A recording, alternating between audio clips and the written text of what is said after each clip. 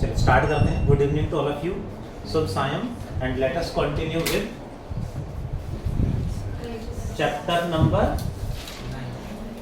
9, fluids, right. देखें जरा please,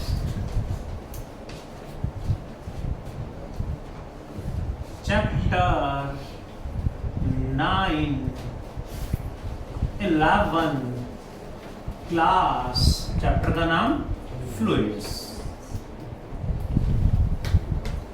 में हमने जस्ट कंप्लीट करा है Archimedes principle, buoyant force and law of flotation.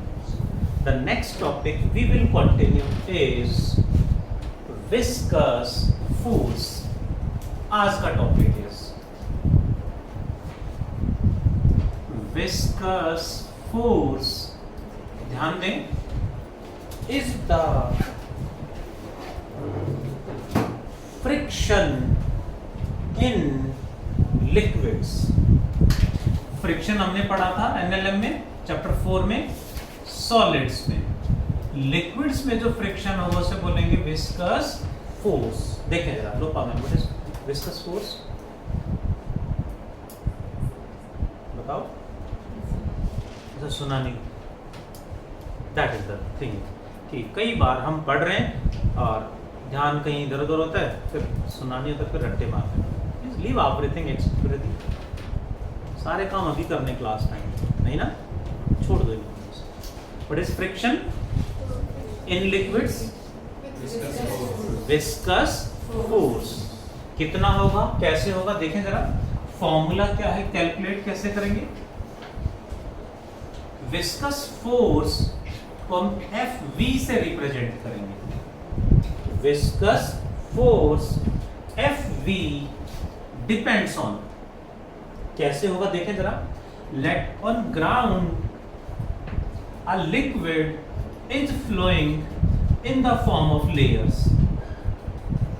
We know that liquids flow in the form of layers. A layer is moving with a velocity v. इससे थोड़ा सा ऊपर जाएंगे, let by a displacement dx, तो velocity बढ़ जाएगी। How much it is? v plus dv। एक layer की वेलोसिटी कितनी है? v। dx ऊपर जाने के बाद वेलोसिटी कितनी बढ़ गई? dv। बढ़ी कितनी? dv। डिस्टेंस कितना गए? dx। और इंक्रीज कितनी होगी? dv। तो ये दोनों लेयर एक दूसरे पे विस्कस फोर्स लगाएंगी। ये आगे निकल रही तो ये लेयर इस पे फ्रिक्शन लगाएगी पीछे, कितना? Directly proportional to area of layer, each layer. ये क्या है? Area of each layer. Also dv। dv मतलब difference in velocity of the layers, दोनों की वेलोसिटी का difference, and inversely proportional to distance between the layers, दोनों के बीच में डिस्टेंस है। Proportionality constant is this. Proportionality constant is this symbol eta a dv by dx। जो symbol है, इस सिंबल को बोलते हैं ईटा। किसको रिप्रेजेंट करता है? इसे बोलेंगे coefficient of viscosity. Coefficient of viscosity इसे कहेंगे हम। This is what is it's SI unit. SI unit क्या होगी? ईटा की। कैसे निकालने? फॉर्मूले से। किसकी यूनिट निकालनी है आरव सर? ईटा की। तो ये dx ऊपर जाएगा, ध्यान दें प्लीज, इसकी यूनिट निकालनी है। इसकी यूनिट क्या होगी? न्यूटन।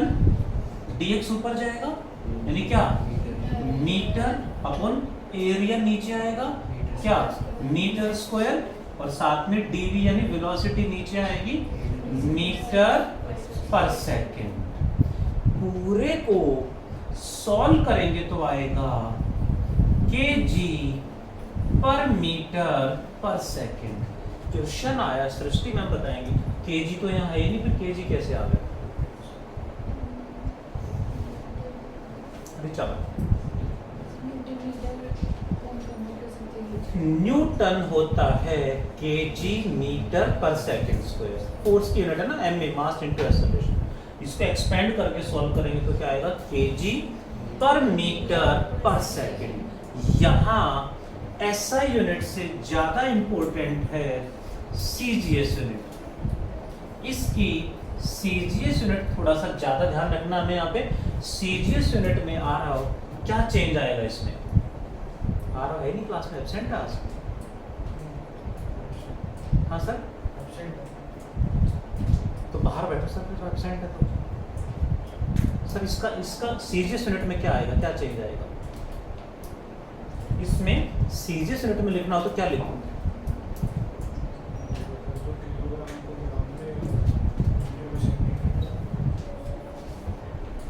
आगे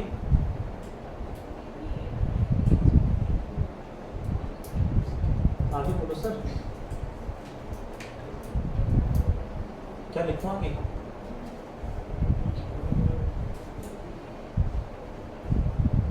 जी है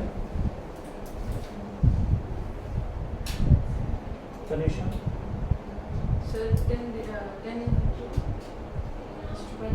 सिर्फ यूनिट लिख रहे हैं बस। किलोग्राम की जगह सीजीएस यूनिट में क्या आएगा? ग्राम, मीटर की जगह सेंटीमीटर, सेकंड की जगह सेकंड, कि ग्राम पर सेंटीमीटर पर सेकंड। स्पेशल क्यों लिखवाया मैंने CGS unit? That is the reason is scientist के नाम पे यूनिट है one poise. One poise scientist हुए हैं पॉइजली, उन्हीं के नाम पे, उन्हीं के ऑनर में, उनके नाम पे जनरली ऐसा यूनिट मिलेंगे, बट सीजीएस यूनिट है यहाँ पे one poised is this. And इसको जब सॉल्व करेंगे तो ये आएगी 10 टाइम्स ऑफ दिस, यानी ये बनेगी 10 पॉइस आएगी, जिसे कह देते हैं डेकापॉइस। जिसे क्या बोलते हैं? Decapoise. So poise CGS unit specially ध्यान रखना है। नेक्स्ट, विस्कस फोर्स का फॉर्मूला क्या आ गया? Eta A dv by dx. A क्या है Mansi ma'am? What is A? क्या बताया? Area of each layer. Dv क्या है? जी। What is dv? Difference in velocity by dx क्या है? Distance between the layers. इसे बोलेंगे वेलोसिटी ग्रेडियंट। इसे बोलेंगे, क्या बोलेंगे जी? Velocity gradient. ग्रेडियंट का मतलब है divide by distance divide by length. Velocity by length या velocity by distance, velocity gradient. Temperature by distance, temperature gradient. Pressure by distance, voltage by distance, voltage gradient. Potential by distance, potential gradient. Divide में distance या length कभी भी आ जाए तो उसे हम gradient कह देते हैं, और डिवाइड में टाइम आ जाए तो उसे रेट बोलते हैं। रेट मतलब divide by time, and gradient मतलब डिवाइडेड बाय लेंथ और डिवाइडेड बाय डिस्टेंस। ये याद रखना है, कई जगह बार बार यूज होगा जी। सो विस्कस फोर्स का फॉर्मूला हमारे पास आ गया, eta A dv by D X. Eta proportionality constant है यहाँ पे। सो यहाँ से हमें पता चल रहा है इसकी वेलोसिटी कम है, इसकी वेलोसिटी ज़्यादा है, और ऊपर जाएंगे तो वेलोसिटी और ज़्यादा होगी। मतलब ऊपर जाएंगे तो वेलोसिटी बढ़ रही है, नीचे जाएंगे तो वेलोसिटी कम हो रही है। इसलिए अक्सर लिखा जाता है deep water runs faster slower, runs slow. जितना नीचे जाएंगे स्पीड कम होती जाएगी। जो किसी भी रिवर में आप कहीं जा रहे हैं, रिवर है सामने कोई, रिवर में बिल्कुल सरफेस पे जो वेलोसिटी आपको दिखाई दे रही है वो हाईएस्ट वेलोसिटी है। नीचे जाएंगे तो वाटर की वेलोसिटी कम होती जाएगी। जो सबसे नीचे ग्राउंड के कांटेक्ट में जो लिक्विड फ्लो कर रहा होगा उसकी वेलोसिटी सबसे कम होती है, मिनिमम होती है। जितना डीप में जाएंगे उतनी स्पीड कम होती जाएगी। Deep water runs slow. Next है विस्कस फोर्स। हमने अभी पढ़ा, इसका फ्रिक्शन से कंपेयर करेंगे। फ्रिक्शन से कंपेयर क्या होगा? एंड एक्स्ट्रा पॉइंट, एक एनसीईआरटी का क्वेश्चन याद आ रहा है, temperature dependency. If temperature increases, coefficient of viscosity, we can say viscous force Fv increases in gases and viscous force decreases in liquids. Liquids में temperature बढ़ाएंगे तो विस्कस फोर्स बढ़ेगा कम होगा, एंड गैसेस में बढ़ जाता है। ये 1 मार्कर क्वेश्चन एग्जाम्स में भी आने के चांस है, एनसीईआरटी का fill in the blank exercise में। Next, what are the similarities between viscous force and friction? Similarities between Fv viscous force and small f यानी फ्रिक्शन में क्या सिमिलैरिटीज है दोनों में, बताएगा कोई? एनीवन? दोनों ही क्या करते हैं? मोशन को, रिलेटिव मोशन को सपोर्ट करते हैं, अपोज करते हैं? Both opposes relative motion, both opposes relative motion. Second one is, दोनों ही इलेक्ट्रोमैग्नेटिक फोर्सेस हैं, both are electromagnetic forces. That is, और कोई सिमिलरिटीज दोनों में? दोनों ही रिलेटिव मोशन को अपोज करते हैं, दोनों ही इलेक्ट्रोमैग्नेटिक फोर्सेस हैं, और बोथ आर, सॉरी, ये भी कह सकते हैं बोथ आर कॉन्टैक्ट फोर्सेस, यानी कॉन्टैक्ट में होंगे तभी लगेगा, and both the forces obey Newton's, कौन सा law? Newton's third law of motion को ओबे दोनों ही करते हैं। फ्रिक्शन भी ओबे करेगा एंड विस्कस फोर्स भी ओबे करता है। नेक्स्ट इज डिससिमिलैरिटीज क्या होंगी, दोनों में डिफरेंस क्या है? Dissimilarities between viscous force Fv and friction small f। बताओ जी क्या डिससिमिलैरिटीज है? फ्रिक्शन का फॉर्मूला याद है? फ्रिक्शन का फॉर्मूला क्या था, याद है? म्यू इनटू नॉर्मल रिएक्शन, यानी फ्रिक्शन एरिया पे डिपेंड कर रहा है? नहीं, जबकि viscous force depends on area. So पहला डिफरेंस क्या आ गया? Fv क्या है? Viscous force depends on area, while friction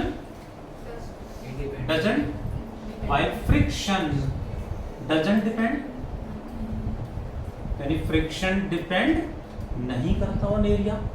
second one is viscous force depends on velocity gradient. क्या फ्रिक्शन डिपेंड करता है वेलोसिटी ग्रेडियंट पे? वेलोसिटी का कोई रोल ही नहीं है।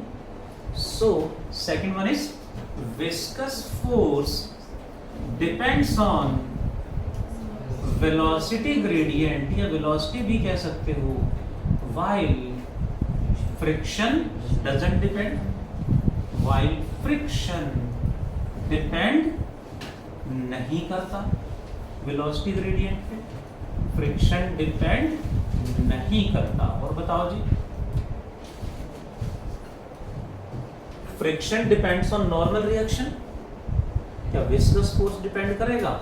No, friction depends on normal reaction, depends on normal reaction n, while viscous force Fv doesn't depend, ये depend नहीं करता।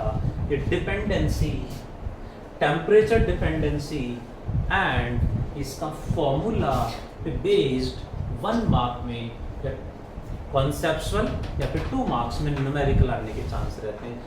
मैक्सिमम चांस 1 मार्क का कॉन्सेप्चुअल क्वेश्चन ही आता है यहाँ से।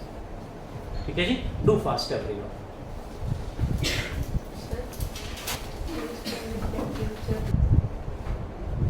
देखिए जरा, अभी हमने बात की पॉइज, सीजीएस यूनिट क्या है? पॉइज। तो साइंटिस्ट के नाम पे है, साइंटिस्ट का नाम है पॉइजली। उन्होंने एक फॉर्मूला दिया था जो हमारे सिलेबस में है, पॉइजलीज फॉर्मूला। क्या फॉर्मूला देखें जरा। Paisley formula gives what? That there is a pipe in which liquid is flowing from left to right. इधर लिक्विड फ्लो कर रहा है। लेंथ ऑफ द पाइप कितना मान लें? L। इसका radius is, let me take R। इसमें liquid इधर फ्लो कर रहा है, इस तरह से इधर लिक्विड जा रहा है। And liquid always flows from high pressure to low pressure, यानी यहाँ का प्रेशर ज्यादा है, यहाँ का प्रेशर कम है, तभी इधर जा रहा है। Everything always flows from high pressure to low pressure। ठीक है, this is the only way to decrease the pollution level in Delhi. वहां से कैसे रिलेट कर गया? पंखा चला देते हैं। हाँ सर, एक डायरेक्शन, बिल्कुल सही जा रहा है। टॉपिक पे आता हूँ। क्योंकि पोल्यूशन बढ़ गया आजकल, पता होगा ना, थोड़ा सा मास्क यूज करना स्टार्ट कर दे, बाहर निकलते हैं तो स्पेशली मॉर्निंग और इवनिंग में सन नहीं होता, तो दैट्स वाई रेडिएशन नहीं होती, तो जो पोल्यूशन है वो ज़्यादा होता है और उस वजह से इनहेल ज़्यादा करते हैं। मॉर्निंग इवनिंग में बाहर निकलते हैं तो मास्क यूज़ करेंगे, आपका फ़ायदा है। चॉइस आपकी। कुछ बच्चे दिन में भी लगा रखते हैं, घर पे भी लगा के रखते, उतारते ही नहीं, कुछ बच्चे भूल गए शायद। तो बट मॉर्निंग इवनिंग में तो कम से कम अभी लगा लेना चाहिए हमें, क्योंकि बहुत ज़्यादा हार्म कर रहा है इस टाइम पे। पोल्यूशन लेवल बहुत, मतलब काफ़ी बढ़ गया पोल्यूशन। ठीक है, टॉपिक पे आता हूँ। Everything flows from high pressure to low pressure, यानी यहाँ P1 is greater than P2, तो लिक्विड फ्लो कर रहा है P1 से P2 पे कितना? That is volume of liquid per second, that is volume पर सेकेंड किसी भी पाइप से कितना फ्लो कर रहा है। ये फॉर्मूला पॉइजली ने दिया था, पाई बाय 8 P R की power 4 divide by L into eta, नहीं ईटा, ईटा जी। Where what is P? P is not pressure, P is P1 minus P2, यानी प्रेशर डिफरेंस। प्रेशर डिफरेंस, जितना डिफरेंस ज्यादा होगा उतना ही ज्यादा स्पीड से लिक्विड जाएगा, उतना ही वॉल्यूम पर सेकंड ज्यादा होगा। Same is for pollution. जितना प्रेशर डिफरेंस दो प्लेसेस में बढ़ा देंगे, प्रेशर डिफरेंस बढ़ाना है हमने, जिससे विंड की स्पीड बढ़ जाएगी। विंड की स्पीड बढ़ जाएगी तो जितने भी जो PM2.5 या अदर लिक्विड, अदर मॉलिक्यूल्स हैं जो हार्म करते हैं, जो पोल्यूशन का के लिए रेस्पॉन्सिबल हैं, वो फ्लो कर जाएंगे, बड़े एरिया में फ्लो कर जाएंगे, फैल जाएंगे बड़े एरिया में, तो पोल्यूशन नहीं रहेगा। एक पार्टिकुलर एरिया में रेस्ट्रिक्ट हो गया तो पोल्यूशन जी। This is what is P? Pressure difference. What is P by L? P1 minus P2 by L को क्या लिखूं?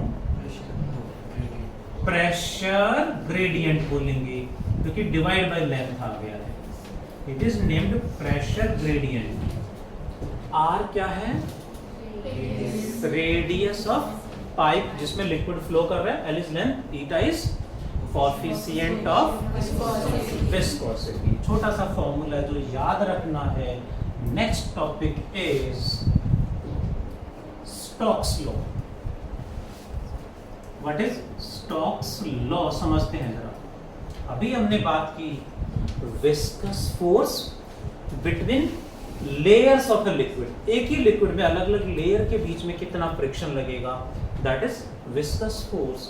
साइंटिस्ट में स्टोक, इन्होंने बताया कि कोई भी मूविंग स्फीयर है, फ्रीली फॉलिंग स्फीयर है, सॉलिड है, उस पे भी जो लिक्विड्स हैं या गैसेस हैं वो फ्रिक्शन लगाते हैं। कई बार हमने भी देखा होगा, हम रनिंग कर रहे हैं और विंड अपोजिट ब्लो कर रही है तो विंड हमें रन करने से रोकती है। तो viscous force on a sphere Stoke ने काफी डिटेल में स्टडी करा। एक स्फीयर है falling with a velocity v, इसका रेडियस मान लिया r, ये किसी लिक्विड में, लाइक एयर भी एक लिक्विड है, फ्लूइड है, किसी लिक्विड में मूव कर रहा है with a velocity v। Like एक बॉल को हमने रिलीज कर दिया, बॉल फॉल कर रही है, फ्री फॉल कर रही है, तो एयर उस बॉल पे विस्कस फोर्स लगाती है, फ्रिक्शन लगाती है। इधर लगाएगी, फ्रिक्शन है तो हमेशा अपोज करेगा।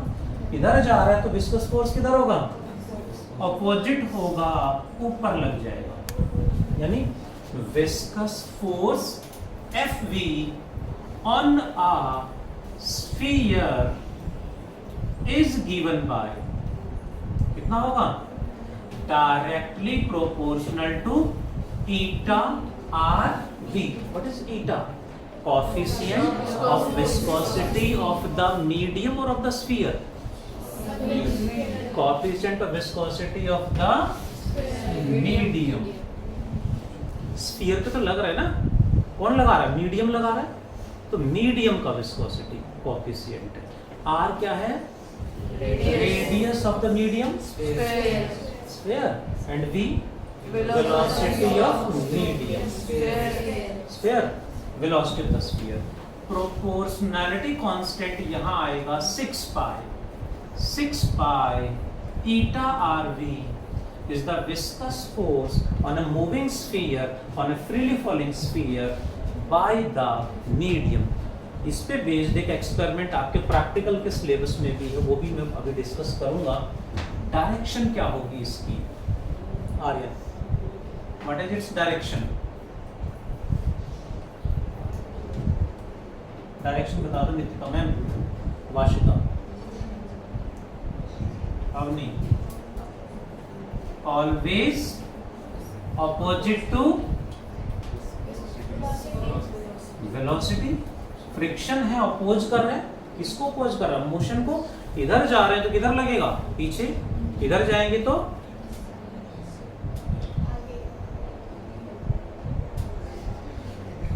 इधर लगेगा, इधर जा रहे हैं तो अवनी मैम इधर लगेगा, अपोजिट लगेगा, नहीं वेलोसिटी के हमेशा अपोजिट होगा।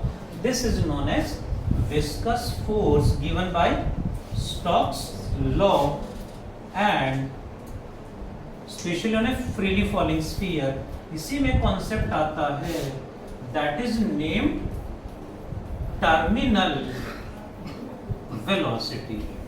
नाम सुना है, टर्मिनल वेलोसिटी, देखी भी नहीं होगी, ये देखी कैसे बच्चे हो, ग्रेविटी भी नहीं देखी आपने, टर्मिनल वेलोसिटी भी नहीं देखी, ओपनहाइमर भी नहीं देखी है ना। वो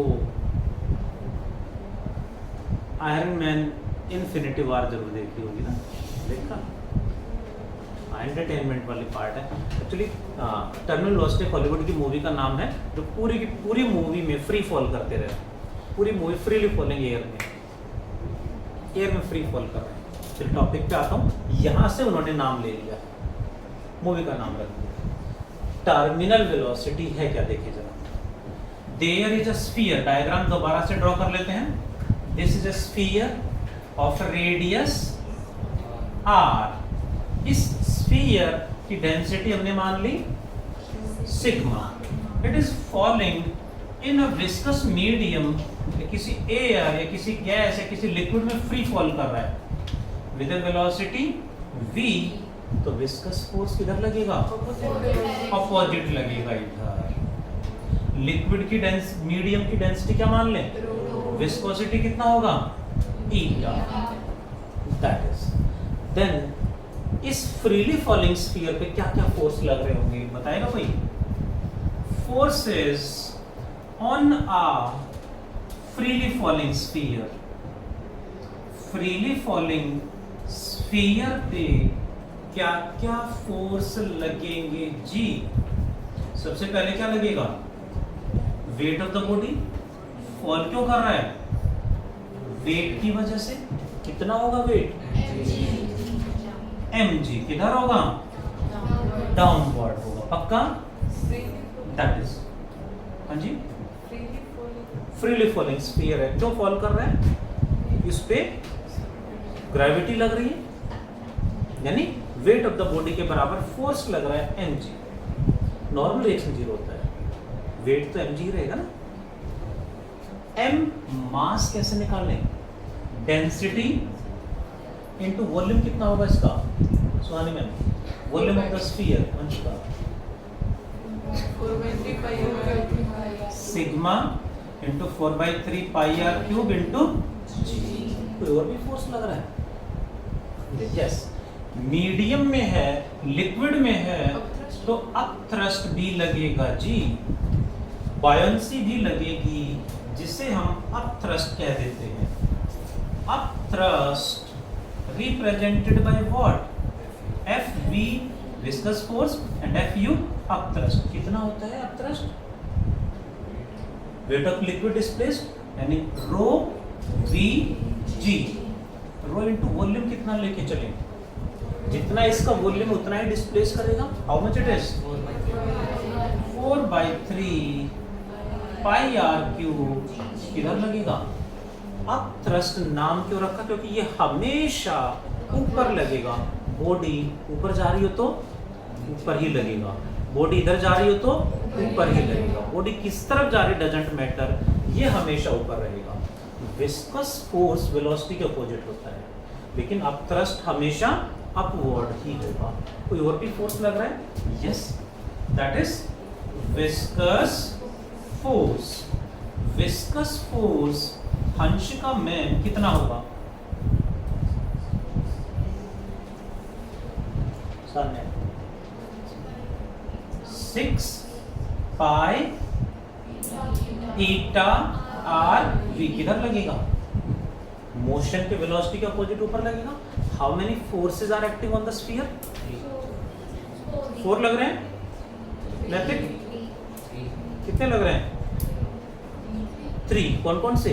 वेट डाउनवर्ड कांस्टेंट है, अप थ्रस्ट अपवर्ड कांस्टेंट है, विस्कस फोर्स अपवर्ड बढ़ रहा है, कांस्टेंट नहीं। क्यों? क्योंकि फ्री फॉल करेगा स्फीयर तो वेलोसिटी विल इंक्रीज। वेलोसिटी बढ़ने से, v बढ़ने से ये बढ़ेगा। Are you present on the board? थोड़ा सा पॉइंट है बस वो समझने का है। mg कांस्टेंट है, Fu कांस्टेंट है। वेलोसिटी बढ़ने से विस्कस फोर्स Fv बढ़ता जा रहा है। बढ़ते बढ़ते कभी ना कभी इन दोनों का सम mg के इक्वल हो जाएगा। जिस मोमेंट पे, यानी जिस मोमेंट पे we can say when Fv plus Fu becomes equal to what? mg। ये कंडीशन जहां आएगी वहां net force on the sphere becomes 0। उस पॉइंट पे नेट फोर्स 0 हो जाएगा। नेट फोर्स 0 होने का मतलब है, नेट फोर्स 0 होने का मतलब है वेलोसिटी अब इंक्रीज नहीं होगी, velocity becomes constant. This constant velocity is known as terminal velocity. Weight ज्यादा है स्टार्टिंग में, ये दोनों कम है। ये ज्यादा है तो नेट फोर्स इधर है जो वेलोसिटी बढ़ा रहा है। इसकी वजह इससे वेलोसिटी बढ़ने से Fv बढ़ रहा है। इंक्रीज करते करते जैसे ही इन दोनों का सम mg के इक्वल होगा, at that moment net force becomes 0। Net force 0 है तो एक्सेलरेशन 0 है तो velocity will not change, velocity constant हो जाएगी। यानी उसके बाद ये सिचुएशन आने के बाद उसके बाद स्फीयर कांस्टेंट वेलोसिटी से फॉल करेगा। You know sky diver, have you ever experienced? नहीं, अभी तो अलाउड भी नहीं ना, बिलो 18 तो स्काई डाइविंग शायद अलाउड कर भी नहीं सकते थे। जो स्काई डाइवर होते हैं उनकी वेलोसिटी एक सर्टेन हाइट तक बढ़ती जाती है, उसके बाद कांस्टेंट वेलोसिटी से फॉल करते हैं। यही कॉन्सेप्ट लग रहा है। सो टर्मिनल वेलोसिटी कब होगी? जब नेट फोर्स 0 होगा, यानी Fv plus Fu equal to mg। Fv की value 6 pi eta Rv, Fu is rho into 4/3 pi r cube g equal to mg sigma 4/3 pi r cube g। हमें v निकालना है, तो इस टर्म को यही रखेंगे, 6 pi eta Rv equals to, इसको उधर ले जाएं तो कॉमन क्या आ रहा है दोनों में? अवली 4/3 pi are cube ji common आ रहा है, silent everyone.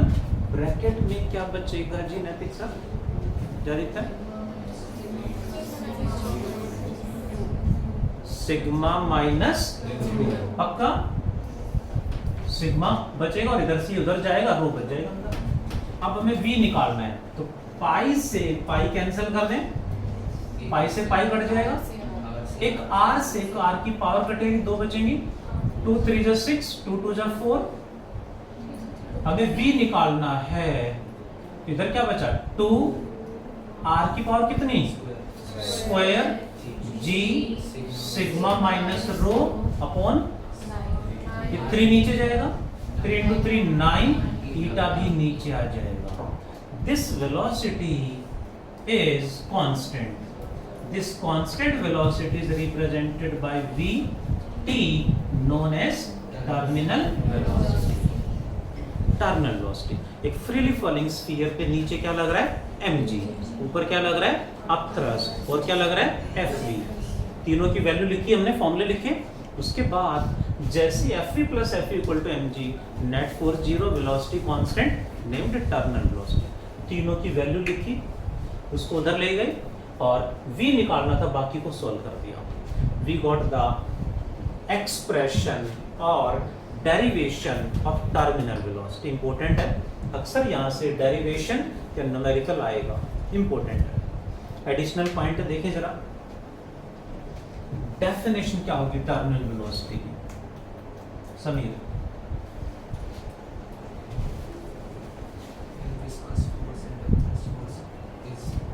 it is the constant velocity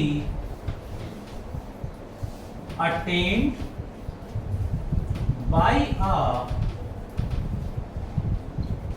freely falling sphere। कब होगा ऐसा?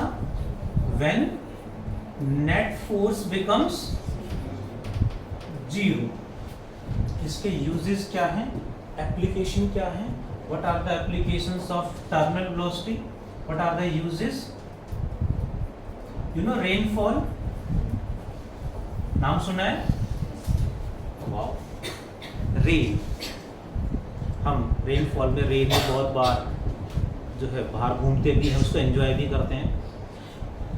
Rain falls from the clouds from a large height, we can say a kilometre और मोर देन 1 किलोमीटर की height से cloud से water drops fall कर रहे हैं। एक सर्टेन हाइट तक वाटर ड्रॉप्स की वेलोसिटी बढ़ती जा रही है। जैसे ये कंडीशन सेटिस्फाई होती है, वाटर ड्रॉप्स, रेन ड्रॉप्स की वेलोसिटी कांस्टेंट हो जाती है। उसके बाद वो कांस्टेंट वेलोसिटी से फॉल करती हैं और ग्राउंड पे पहुंच जाती है। हम बारिश में नहाते हैं तो हमें अच्छा लगता है। ये कॉन्सेप्ट नेचुरली अप्लाई हो रहा है रेन ड्रॉप्स पे। ये कॉन्सेप्ट नेचुरली अप्लाई नहीं हो रहा होता और इतनी ज़्यादा हाइट से रेन ड्रॉप्स फॉल करके वेलोसिटी बढ़ती रहती, तो ग्राउंड पे पहुंचने पे इतनी ज़्यादा वेलोसिटी गेन कर लेते, they hit our body like a bullet. इतनी ज़्यादा स्पीड गेन कर लेती, बुलेट की तरह हमारी बॉडी के अंदर से पेनिट्रेट कर जाती। बट ऐसा नहीं होता due to naturally occurring phenomena terminal velocity. ऐसे स्काई डाइवर हैं तो एक सर्टेन हाइट तक जो है जंप करने के बाद, बेल आउट करने के बाद वेलोसिटी बढ़ती है, उसके बाद कांस्टेंट वेलोसिटी से फॉल करते हैं, तभी वो इजीली डाइव लगा पाते हैं, ग्राउंड पे पहुंच जाते हैं। यदि ये नहीं एग्जिस्ट करता तो उनकी वेलोसिटी बढ़ते बढ़ते इतनी ज़्यादा बढ़ जाती है कि वो बीच में ही बेहोश हो सकते हैं, बेहोश होने के चांस बढ़ जाते हैं। बट ऐसा बहुत रेयर ही होता है या नहीं होता है। The reason is terminal velocity, naturally occurring phenomena है, नेचर में एग्जिस्ट करता है। कैसे होता है हमें ये थोड़ा सा पढ़ना है। वन मोर थिंग, इस पे बेस्ड प्रैक्टिकल भी है आपके सिलेबस में। एक बड़ा सा सिलेंड्रिकल ट्यूब लेंगे, उसमें ग्लिसरीन फिल कर देंगे। हमने तो फ्रीली फॉलिंग एयर लिया है, बट लैब में लिक्विड में एक बॉल देंगे आपको, बॉल को ड्रॉप करना है, उसमें पॉइंट्स मार्क्ड होंगे, ग्लिसरीन फिल कर देंगे, ग्लिसरीन जी। तो उसमें एक बॉल को ड्रॉप करेंगे, वो एक सर्टेन डिस्टेंस उसमें मार्क्ड होंगे, कितना डिस्टेंस कवर करने में कितना टाइम लग रहा है वो मेजर करके प्रैक्टिकली आपको उस बॉल की टर्मिनल वेलोसिटी निकालनी है। उसका रेडियस कैसे निकालोगे? With the help of vernier calliper और स्क्रू गॉज प्रैक्टिकल करा होगा, उससे रेडियस आपको निकालना पड़ेगा। डेंसिटी गिवन होगी ग्लिसरीन की और जो बॉल आपको मिलेगी उसकी, ईटा विस्कोसिटी गिवन मिलेगा, और टाइम हमें डिस्टेंस कवर्ड मेजर करना है। वेलोसिटी कांस्टेंट है तो फॉर्मूला लगेगा डिस्टेंस अपॉन टाइम, कितना डिस्टेंस कवर करने में टाइम कितना लगा उससे हम ये निकाल लेंगे। ठीक है जी, इस तरह से यदि वो कैलकुलेट कर लेंगे तो उसका विस्कोसिटी निकाल सकते हैं ग्लिसरीन का कितना है। ये प्रैक्टिकल सिलेबस में आपके परफॉर्म करना है आप सब। यहाँ से डेरिवेशन आएगा या फिर क्वेश्चन कैसे पूछेंगे वो मैं बताना चाहूँगा। Should I? देखो जरा यहाँ से क्वेश्चन कैसे कैसे आने की पॉसिबिलिटी है। Terminal velocity is directly proportional to R square. बाकी सारे टर्म्स कांस्टेंट है, रेडियस के स्क्वायर पे डिपेंडेंसी है। मतलब क्या हुआ? If radius is made 2 times, what happens with the terminal velocity? Terminal velocity becomes 4 times. If radius is made 3 times, terminal velocity 9 times हो जाएगी। If radius is made, Hanshika ma'am बताएंगी, 5 times। Silent everyone, हंशिका बताओ जरा terminal velocity कितनी होगी? जिया, हंशिका ma'am 25 बोला था, यहाँ तक साउंड पहुंची नहीं ma'am. 25 times। If radius 10 times, यानी स्क्वायर आ रहा है उसका, डबल नहीं हो रहा, स्क्वायर आ रहा है। Is that clear? फिर फर्दर क्वेश्चन क्या पूछेंगे देखिए जरा। इफ आर क्या है? Radius arrow means increases by 1%, terminal velocity increases by 2.01%, approx 2%। ध्यान से ट्रिक है, कैच करेंगे या रिकॉल करेंगे। रेडियस इंक्रीजेस, मैं पहले भी कई बार करा चुका हूँ। If radius increases by 2%, terminal velocity increases by 4.04%। If radius increases by, Vanshika ma'am बताएंगे, 3%, terminal velocity, silent everyone, silent का मतलब 6.06 एक आंसर आ गया। जदितर 9.09 एक और आंसर आ गया है। दक्ष, वाशिका 6.09%। इफ रेडियस, पीछे पेज पलट के ढूंढने की कोशिश कर रहे हैं, you can try. If radius increase by 10%, terminal velocity increases by, गर्वित सॉरी ये नहीं समझ में आज क्वेश्चन पूछ रहे हैं। नैतिक 21%।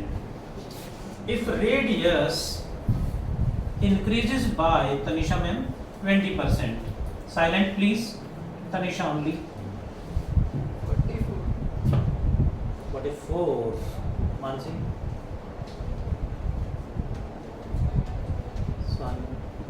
ये बताओगे सृष्टि का जयदीप्ते गर्वित दक्ष। सबसे पहले सब में क्या लग रहा है समझते हैं, जो भी नंबर है उसको डबल कर दो, इसको डबल कर दिया, फिर प्लस उसी नंबर को 10 से डिवाइड करके उसके बाद स्क्वायर कर दो। What is the answer now? कितना आ गया जी? 44%। याद रहेगा, सब में यही लगाया मैंने। If radius increases by 50%, terminal velocity increases by कितना?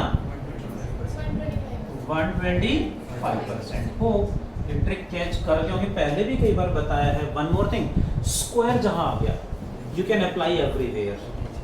यहां से क्वेश्चन ऐसे पूछेंगे, ऐसे पूछेंगे, या कि लास्ट है कैसे पूछेंगे। देखो जरा, if 8 drops coels का मतलब mix, then what is the terminal velocity for new bigger drop? ये बताना है हमें कितने टाइम्स बढ़ जाएगी। क्वेश्चन है पहले छोटे छोटे 8 ड्रॉप्स थे, 1 2 3 4 5 6 7 8, ये सभी मिलके एक बड़ा ड्रॉप बना लेते हैं। इनकी टर्मिनल वेलोसिटी है v, तो इसकी टर्मिनल वेलोसिटी कितनी होगी? 2 टाइम 3 टाइम 4 टाइम्स, ऐसा क्वेश्चन आ जाएगा। करें सॉल्व। इसका रेडियस मैंने मान लिया स्मॉल r, तो इसका रेडियस क्या होगा? कैपिटल R मान लें। कैसे निकालें? दोनों का वॉल्यूम मस्ट बी सेम। इसका वॉल्यूम क्या होगा? 4/3। इसका volume 4/3 pi small r cube multiplied by 8। कुछ कट रहा है? 4/3 कट गया। क्यूब कैसे हटाओगे? क्यूब रूट 8 का क्यूब रूट 2, r क्यूब का क्यूब रूट इज r, यानी 8 ड्रॉप्स मिक्स कर रहे हैं, तो रेडियस कितना हो रहा है? रेडियस 2 टाइम्स होगा, तो टर्मिनल वेलोसिटी 4 टाइम्स। ऐसा क्वेश्चन आ जाएगा। टर्मिनल वेलोसिटी 4 टाइम्स बढ़ जाएगी। Are you present? Srishti ma'am बताएंगी इफ 27 ड्रॉप्स कोएल्स यानी मिक्स, टर्मिनल वेलोसिटी कितने टाइम्स बढ़ जाएगी? सृष्टि मैम बताएंगे। Silent everyone. If 64 drops mix, Nitika ma'am बताएंगी 64 के लिए टर्मिनल वेलोसिटी में क्या इफेक्ट आएगा? सान्या मैम बताएंगी 125 ड्रॉप्स मिक्स हो जाते हैं तो टर्मिनल वेलोसिटी पे क्या इफेक्ट आएगा? एंड जयदीप्त 64 के लिए 16 टाइम्स आएगा पक्का, क्योंकि 64 का क्यूब रूट इज 4 का स्क्वायर इज 16। 27 के लिए क्या बताया? 9 टाइम्स आएगा। गर्वित सर 125 के लिए 25 टाइम्स आएगा। कैसे है? क्लियर है? 1000 ड्रॉप्स के लिए आ रहा हंशिका, 1000 ड्रॉप्स हो तो क्यूब रूट कर देंगे 10 आएगा, फिर उसका स्क्वायर कर देंगे। टर्मिनल वेलोसिटी पे बेस्ड देखें जरा, यहाँ इस पे भी जस्ट कॉन्सेप्चुअल क्वेश्चन आएगा 1 मार्क, यही आ सकता है बस। क्वाइजली फॉर्मूला पे रेयर नहीं आता जनरली, अब क्वेश्चन इस पे आ नहीं रहा है काफी टाइम से, और आने के चांस भी नहीं है तो इतना ही है बस। Term viscous force Stokes law इसी में यूज होगा, तो अलग से नहीं पूछेंगे, इस पे पूछेंगे। इसका डेरिवेशन आ सकता है, इसके यूजेस को कॉन्सेप्चुअल में बना सकते हैं, स्काई डाइवर भी लिख देता हूं इसमें मैं। एंड इस पे बेस्ड न्यूमेरिकल की जो पॉसिबिलिटी है सारे मैंने सॉल्व कर। रेडियस से क्या होगा, परसेंटेज से क्या होगा, मिक्सिंग से क्या होगा। Hope all of you got the concept of Stokes law, viscous force and terminal velocity. Do fast everyone. Let me mark homework then. Thank you. Bye. Take care.